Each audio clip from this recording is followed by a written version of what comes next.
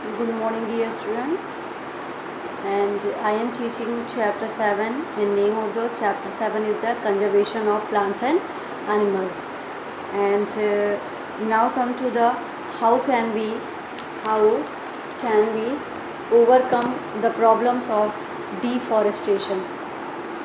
What is the deforestation? Cutting of trees for the deforestations. And how can we overcome the problems of deforestation? Section 7.2 of this chapter gives the causes of deforestation. Why deforestation is there? What are the problems of deforestation? And it is given in the section 7.2. And there is another cause of deforestation. Trees are required for manufacturing paper, and therefore forests are cut. For making paper also forests are cut. So we can say that not for the deforestation, different causes of the deforestation, but not for that purpose. For paper manufacturing also we are using trees. So forests are cut. Do you know that for making 1 ton of paper, 17 full grown trees are required? For making 1 ton paper, 17 full grown trees are required. So do you stop using paper? No. We should therefore ensure that we do not waste paper, because and write on both sides of the paper. This will reduce the consumption of paper. If we can write both sides of the paper, and if we will not waste the paper, then we can save the trees. And second one is the paper is recycled. So paper can be recycled 5 to 7 times for use. And recycling paper is good alternative. This not only saves trees but also saves energy and water needed for manufacturing paper. Another advantage is that the use of harmful chemicals in paper making is also reduced. And deforestation can be overcome by reforestation. If we are cutting the trees, it is okay, but if we will planting the trees, then it is more good. So if we will plant the trees and after that we are cutting different trees, so we can say that it is reforestation. So the objective of reforestation is to regenerate the destroyed forest by planting new tree. So we can gain that harm by reforestation.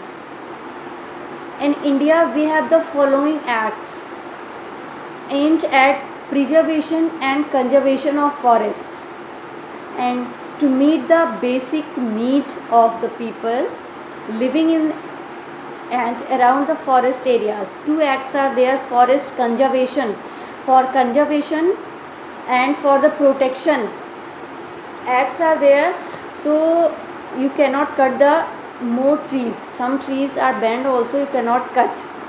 So Forest Conservation Act in 1972 laws are there, that is the forest conservation. According to the Forest Conservation Act 1972, we can save the trees, we can conserve the trees.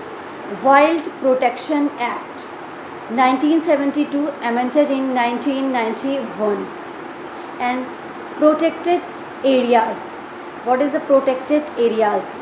The Government of India passed the Wildlife Protection Act in 1972, and under which protected areas like national parks and wildlife sanctuaries have been created. Biosphere and reserves have been created since 1986. Protected areas include national parks, sanctuaries, and biosphere reserves. What is a national park? A national park is an area which is strictly reserved for the protection of wildlife. It is national park is the area which is strictly preserved for the protection of wildlife. And national parks preserve flora. National park preserves flora, fauna, means plants and animals, landscape and historic objects of an area. And activities like grazing and cultivation are not allowed in the national parks. In the national parks, grazing and cultivation are not allowed. And in a sanctuary, what is a sanctuary? Protection is given only to the animals fauna. Protection is given to the only animals, that is the fauna. Activities such as harvesting of timber and collection of minor forest products are allowed, so long as these activities do not interfere with the well-being of animals, or capturing of animals is strictly prohibited. In the sanctuary, it is protection is given only to the animals, that is the fauna. Flora means plants, fauna means animals. And such as harvesting of timber and collection of minor forest products are allowed, so long as these activities do not interfere with well-being of animals. So it cannot destroy, we can say that it cannot harmful for the animals. In between only activities are there, only minor activities are there, so it is not harmful for the animals. And what is the biosphere reserves? What is the biosphere reserves? Biosphere reserves are large protected areas.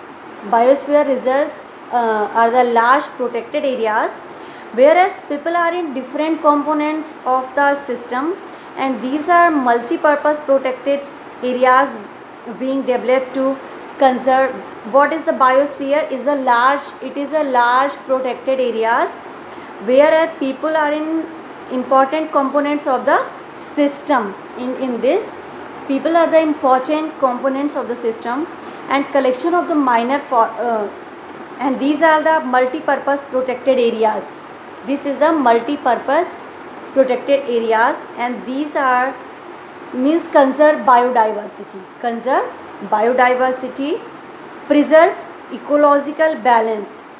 If ecological balance is good, then everything is good. And promote conservation, we will promote the conservation, then it is good for the future. And permit tribals living in the areas to exist. And biosphere reserves, it also help to maintain the culture of that area, and it helps in the maintain of culture of different area. Now national parks and some sanctuaries and national parks are there. First one is the Jim Corbett National Park. It is located in the Uttarakhand, and it is mainly for the tiger. Jim Corbett National Park, it is provides protection to the tigers. It is situated in the Uttarakhand. Second one is the Kanha National Park. Kanha National Park, and it is situated in the MP, and this one is also it provides protection to the tiger. And Bharatpur Bird Sanctuary, Rajasthan, it is situated in the Rajasthan, and winter home of migratory birds and most commonly Siberian crane. Migration, what is the migration? When animals, birds, they move from one place to another, they cannot survive, then they move from one place to another. Nandan Kanan Biological Park near Bhubaneswar, and it is captive breeding of white tigers. Then fifth one, Simply Simplipal Biosphere Reserves. It is situated in the Odisha and it is mainly for the tigers. Gir Sanctuary, Gujarat. Gir Sanctuary, Gujarat. It is famous for the Asiatic lion, Cheetal, Sambar. Kaziranga Sanctuary. It is situated in the Assam, and it provides protection to the one-horned rhinoceros. Next one is the Sariksha Sharishka Sanctuary, Rajasthan. This one is also for the tigers. Sultanpur Bird Sanctuary, Karnataka, Indian elephant.